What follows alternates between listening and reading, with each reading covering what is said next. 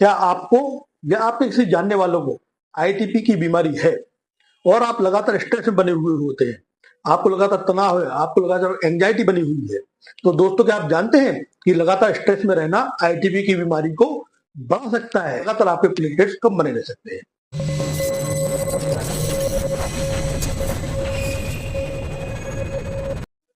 नमस्कार दोस्तों, मैं डॉक्टर अभिषेक सोनी आज आपका फिर से स्वागत करता हूं मेरे यूट्यूब चैनल द होम्योपैथी में।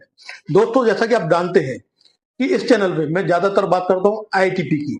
आईटीपी एक ऐसी बीमारी है जो हमारे इम्यून से रिलेटेड होती है, जिसका पूरा नाम होता है इम्यून थ्रोम्बोसाइटोपेनिक परफ्यूरा। ये एक ऐसी बीमारी है कि हमारा जो इम्यून सिस्टम होता है वो मिस्टेकनली किसी कंफ्यूजन के कारण हमारे शरीर की जो प्लेटलेट्स होती है उनको डिस्ट्रॉय करने लगता है, उनको नष्ट करने लगता है और उसके कारण बहुत सारे हमको लक्षण देखने को मिल सकते हैं, चाहे वो ब्लीडिंग डिसऑर्डर्स हो, चाहे फटेग हो, चाहे लेथार्जी हो, जो भी है बहुत सारे सिम्टम्स में आ सकते हैं। और जब हम लगातार इस बीमारी में होते हुए भी हम किसी स्ट्रेस से गुजर रहे हैं तो हम देखते हैं, हम पाते हैं कि आपके लगातार प्लेटलेट्स जो है वो कम बने रहते हैं।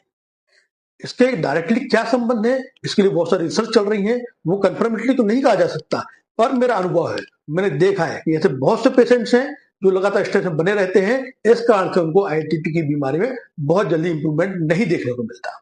तो दोस्तों, इस वीडियो में हम जानेंगे, इस वीडियो में बात करेंगे कि यदि आप किसी स्ट्रेस में है, यदि आप किसी तनाव में है, तो इस वीडियो में हम जानेंगे कि उस तनाव को क्या हम ऐसी टेक्निक्स का, कैसे उपायों का उपयोग कर सकते हैं जिससे इन तनाव से दूर रहा जा सके और हमारी इम्यूनिटी को हम इंप्रूव कर सकें, उसको बूस्ट अप कर सकें।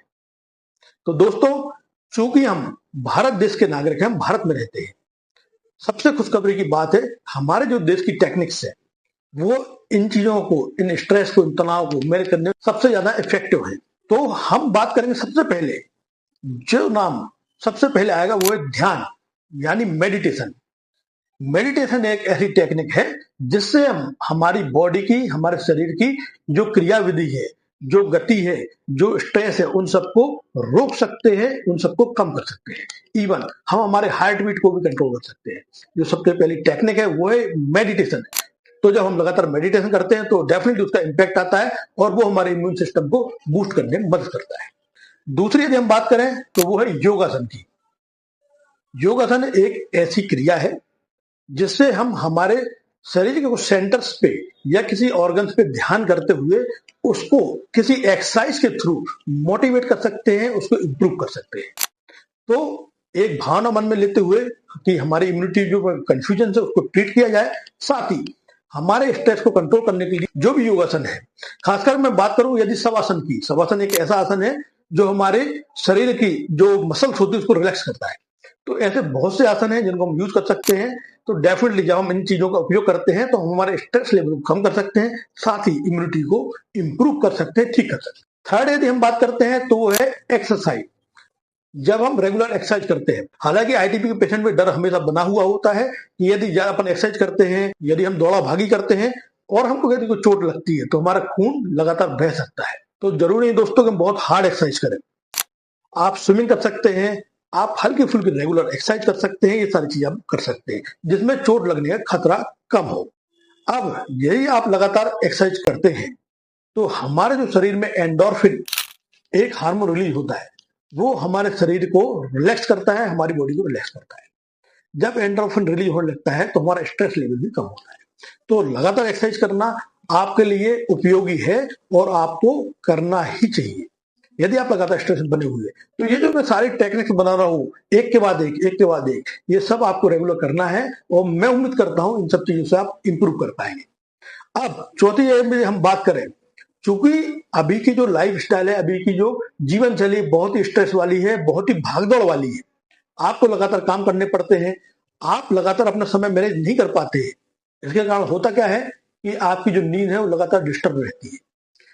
यदि आपकी नींद डिस्टर्ब है, आज आप ढंग से नहीं सो पाए, रात में 2 बजे सो रहे, 3 बजे सो रहे, तो निश्चित ही आपका जो दूसरा दिन है, जो दूसरा दिन आने वाला है, वो आलस से भरा होगा और हो सकता है दिन भर आपको नींद का सामना करना पड़े, आप दिन भर आलसी महसूस करें। तो यदि हमारी नींद ठीक नहीं है, हमको गहरी नींद नहीं हम ले पा रहे हैं, तो हमारा जो इम्यून सिस्टम है वो ठीक से काम नहीं करेगा और इस बीमारी को ट्रीट करने में बहुत मुश्किल होगी। तो दोस्तों, यदि आप आपके परिजन या किसी जानने वालों को आईटीपी की बीमारी है तो कोशिश कीजिए कि ये वीडियो उन तक जरूर शेयर करें।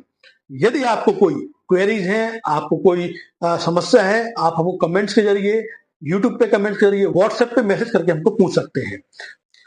तो दोस्तों, यदि आपको आईटीपी की बीमारी है और आप भी स्टेप से गुजरे हैं लेकिन आपने कुछ टेक्निक्स का यूज किया है, जरूरी नहीं कि टेक्निक्स यही हो, टेक्निक्स के प्रकार अलग हो सकते हैं, उनके तरीके अलग हो सकते हैं, और आपको इम्प्रूवमेंट मिला है और आप इस बीमारी को फाइट करने में सक्षम हुए हैं, तो आप कमेंट के जरिए उन आपकी जो एक्सपीरियंस को शेयर जरूर करें और हमारे वीडियो को भी शेयर करना ना भूलें और हमारे चैनल को सब्सक्राइब करें ताकि हमारे जो हेल्थ रिलेटेड कंटेंट है, हम जो आईटीपी के बारे में चर्चा करते हैं या हम जो होम्योपैथिक अमेजिंग पावर्स के बारे में आपको बताते हैं, उनके नोटिफिकेशन आपको सबसे पहले मिले। धन्यवाद।